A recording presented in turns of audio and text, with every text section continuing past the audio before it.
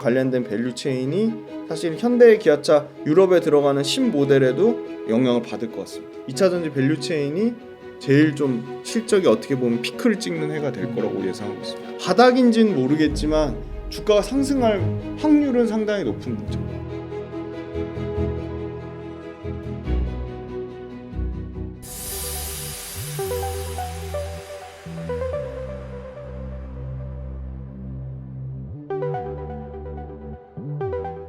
삼성 SDI가 이제 그 상반기에 계속 흐름이 좋을 수 있다 이렇게 말씀을 해주셨잖아요.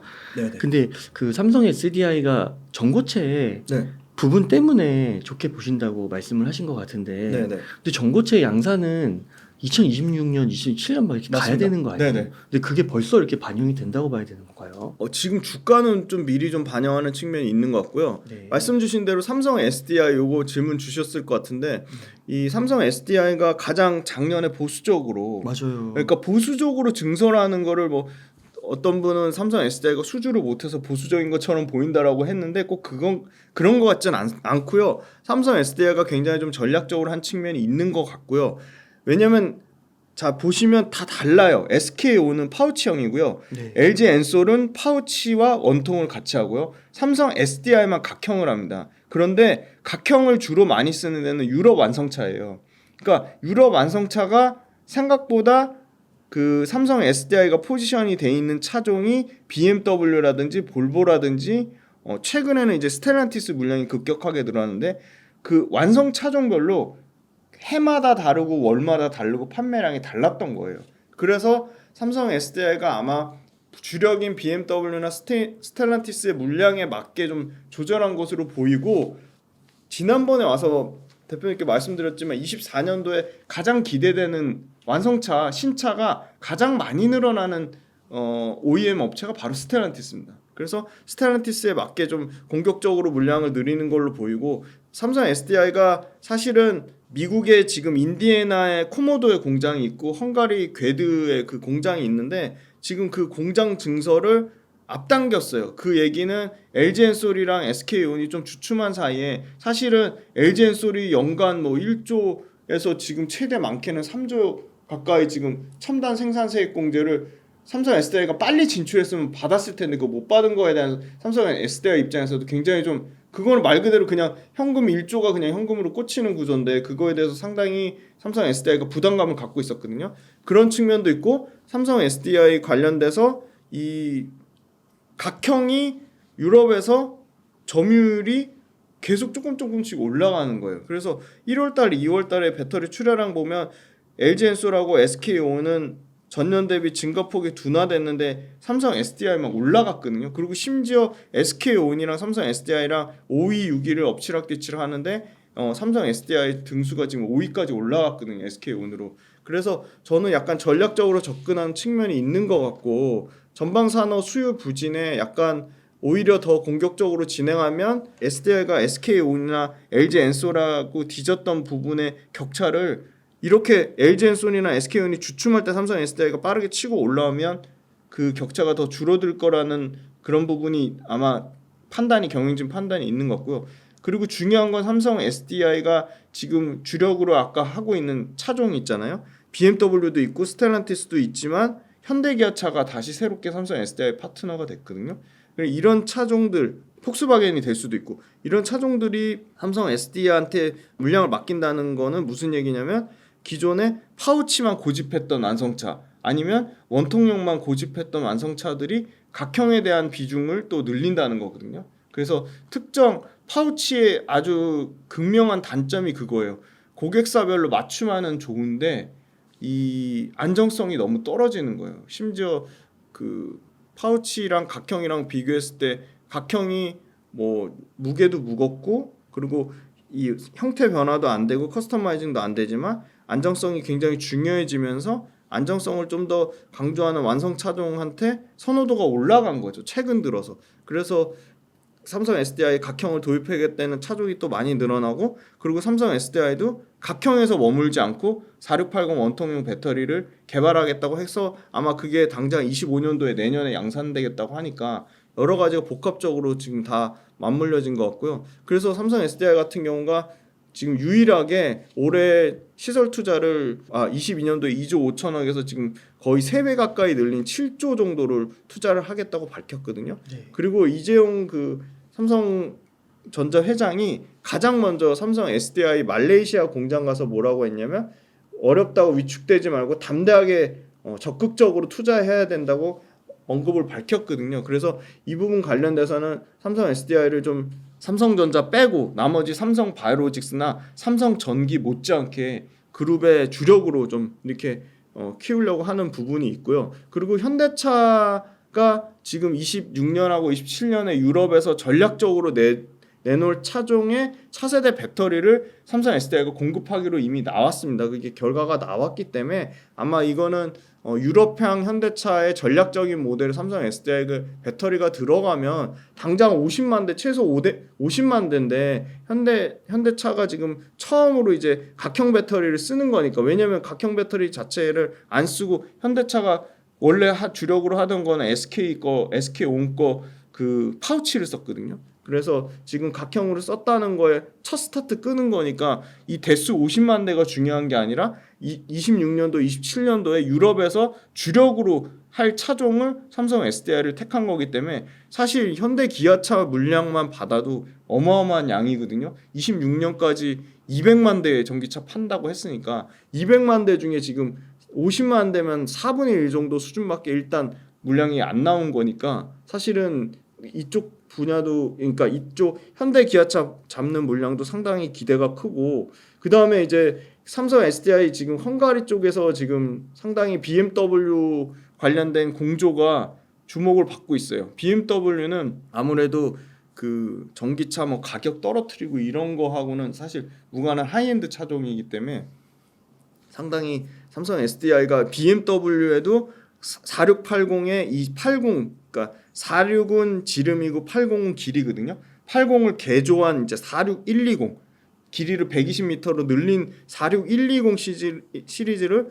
BMW 최초로 원통용 BMW 전용 원통용 배터리로 지금 납품을 하려고 좀 준비를 하고 있습니다. 그래서 굉장히 다양한 좀 모멘텀을 가지고 있고요. 그래서 아마 그 헝가리 쪽 물량 그다음에 미국 쪽에서는 인도네시아에 다 전부 스텔란티스 물량이거든요. 스텔란티스 물량을 1공장이 33기가와트, 2공장이 34기가와트. 근데 1공장 물량을 25년도 연초에서 24년으로 땡겼거든요. 1년 가까이를 땡겼거든요. 그러니까 그만큼 고객사에서 빨리 요청이 왔기 때문에 물량을 먼저 하려고 하는 걸로 보이고 이미 삼성 SDI가 미국에서만 아마 26년까지 100기가와트시 정도로 지금 빠르게 LG엔솔이랑 SK온이랑 캐파 차이가 너무 크게 났는데 그 캐파 차이를 급격하게 지금 줄이고 있어서 그거 관련된 삼성 SDI 장비 발주가 일부 지금 나가는 걸로 알고 있습니다. 그래서 아마 그 1등 업체 LG엔솔하고 SK온하고 격차를 줄이는 부분도 있을 거고 두 번째는 삼성 SDI 유럽이나 북미 고객사 측면에서 좀 급격하게 삼성 SDI 쪽에 물량을 요구하는 측면도 있을 거고 세 번째는 삼성 SDI도 각형만 고집하다가 이 차세대 46파이 원통용 배터리를 LG엔솔이랑 더불어서 좀 아주 주도적으로 46파이 원통용 배터리를 열심히 신규 투자도 하고 공장도 앞당겨서 증설하고 하는 걸 봤을 때 고객사의 일부 더 지금 기존의 하이엔드 모델만 하고 있었던 삼성 SDI의 고객사 확장이 기대를 하고 있기 때문에 삼성 SDI가 더 주목받는 것 같습니다. 그 주식 투자할 때 그 어려운 상황에서 투자 늘리는 기업에다가 네네. 하라고 막 맞아요. 어떤 전문가분들의 말씀이 있으셨던 것 같아요. 네네네. 그런 측면의 일환으로 네. 삼성 SDI의 미국 단독 공장 건설 투자를 좀 볼 수 있는 걸까요? 네, 그 미국 공장 단독 건설하는 게 뭐 앞에 잘 나가는 LG엔솔하고 격차를 줄이는 것도 있지만 말씀하신 대로 그렇게 어려운 시기에 해서 훨씬 더 다 둔화되고 그런 시점에 이 회사가 더 차별화돼서 오히려 투자를 하면 반대로 그 24년도에 조금 좋아지면 그 모든 수혜를 삼성 SDI가 다 받는 거죠. 그 현대기아차는 네. 그 삼성 SDI의 배터리를 주로 받는 거예요? 삼성 SDI 배터리를 지금 각형을 지금 현대기아차 차세대 유럽 전용 모델의 차세대 그러니까 아마 아이오닉이나 EV 시리즈 신형 될 것 같은데 그 신형 모델의 차세대 신형에 삼성 SDI 각형 배터리를 지금 쓰려고 하고 있고요. 그 각형 배터리 관련돼서는 SCN이라 가지고 실리콘 카본 난 커퍼지, 그러니까 실리콘 응극제 함량을 10%까지 늘린 실리콘 응극제를 적용하고 그 다음에 니켈 비중을 91% 높인, 그러니까 니켈 비중 91% 넘는 거 만들 수 있는 데가 에코프로비엠하고 LNF밖에 없거든요. 그러면 여기도 유추해 볼 수 있죠. 에코프로비엠에 삼성 SDI 물량 들어가겠다. 제가 알기로는 포스코 퓨처엠의 그 하이니켈 양극재는 88%에서 89%까지인 걸로 알고 있거든요. 네. 그래서 여기는 하이니켈 양극재 중에서도 제일 기술의 끝단이 들어갈 거로 보이고 실리콘 응극재가 대략 10%까지 함량 높인 걸로 들어갈 거로 보여가지고 삼성 SDI 관련된 밸류 체인이 사실 현대 기아차 유럽에 들어가는 신모델에도 영향을 받을 것 같습니다. 그러면은 이런 투자를 하고 네. 이제 양산을 하고 이런 게 한 25년, 뭐 26년 이 정도로 보시는 거예요. 네. 지금 이렇게 투자하는 건과의 결실이. 네, 보통 그 공장 가서 세팅하고 그 다음에 이제 수율 잡고 하는 게 보통 2년 잡으면 되거든요. 근데 그게 점점 빨라지는 걸로 알고 있어요. 옛날에 이제 LG에너솔루션이 유럽에 가서 공장 짓고 그 정상화하는데 4년 걸렸다고 하더라고요. 4년. 네. 근데 지금 이제 2년 정도면 거의 충분히 정상화 가능하다고 보고 있고요. 그래서 그 뭐 25년, 26년에 빅뱅 폭발 얘기하는 게 지금 조금 늦어지긴 했지만 24년도에 들어가는 물량이 완벽하게 정상화되는 거는 25년 말에서 26년. 23년에 들어간 거는 대략 25년도에 정상화 될 거라고 보고 있기 때문에 사실 25년, 26년도에 24년도에는 실적이 소폭 줄어도 25년도, 26년도 보면 엄청나게 실적이 늘어납니다. 네. 사실 그게 다 숫자로 어디 가는 게 아니고 물론 취소된 물량도 있고 중단된 물량도 있지만 전체적인 걸로 보면 25년, 26년도에 꼭 포스코 퓨처엠만 그런 게 아니고 에코프로비엠도 실적이 드라마틱하게 늘어나고 LG화학도 드라마틱하게 늘어나고 LNF도 늘어나고 코스모신 소재도 늘어납니다. 그리고 배터리 셀 업체 단에서는 삼성 SDI가 가장 실적이 그 보수적으로 잡혔거든요. 근데 삼성 SDI 실적도 보시면 24년에는 작년부터 이어졌던 그 배터리가 하락의 영향을 받아서 5% 정도 늘어나지만요. 25년하고 지금 이제 26년 실적까지 이제 나오고 있는데요. 25년, 26년 실적이 대략 매출은 평균 한 20% 정도 성장이 나오고 영업이익 같은 경우가 대략 한 25%에서 30% 정도, 많게는 40% 가까이 영업이익 늘어나거든요. 그리고 삼성 SDI가 좀 가장 보수적이고 LG엔솔 같은 경우는 24년도에 상당히 좀 실적 우려가 있거든요. 그래서 아주 소폭 늘어나지만 25년, 26년도에는 삼성 SDI보다 더 이제 한 35% 정도 매출 증가를 예상하고 있고 이익은 보세요. 2조대에서 6조에서 10조 이렇게 거의 뭐 3배, 2배 뭐 이렇게 가까이 늘어날 것으로 예상하고 있기 때문에 25년, 26년도가 상당히 좀 실적 그 배터리 2차 전지 밸류 체인이 제일 좀 실적이 어떻게 보면 피크를 찍는 해가 될 거라고 예상하고 있습니다. 그럼 거의 주가 수준은 네. 25년이라고 하면 네. 주가 수준은 지금이 거의 바닥이라고 봐도 무방할 것 같은데 어떠세요? 사실 뭐 미래를 예측할 수 없으니까 바닥일지 아닐지는 모르겠지만 지금의 요 밸류에이션 있잖아요. 그러니까 예를 들어 지금의 뭐 삼성 SDI를 기준으로 하면 삼성 SDI가 지금 올해 실적 기준으로 PER이 보시면 이게 18배, 최근에 좀 주가 올랐다고 18배인데 대략 한 16배에서 17배 평균 왔다 갔다 하거든요.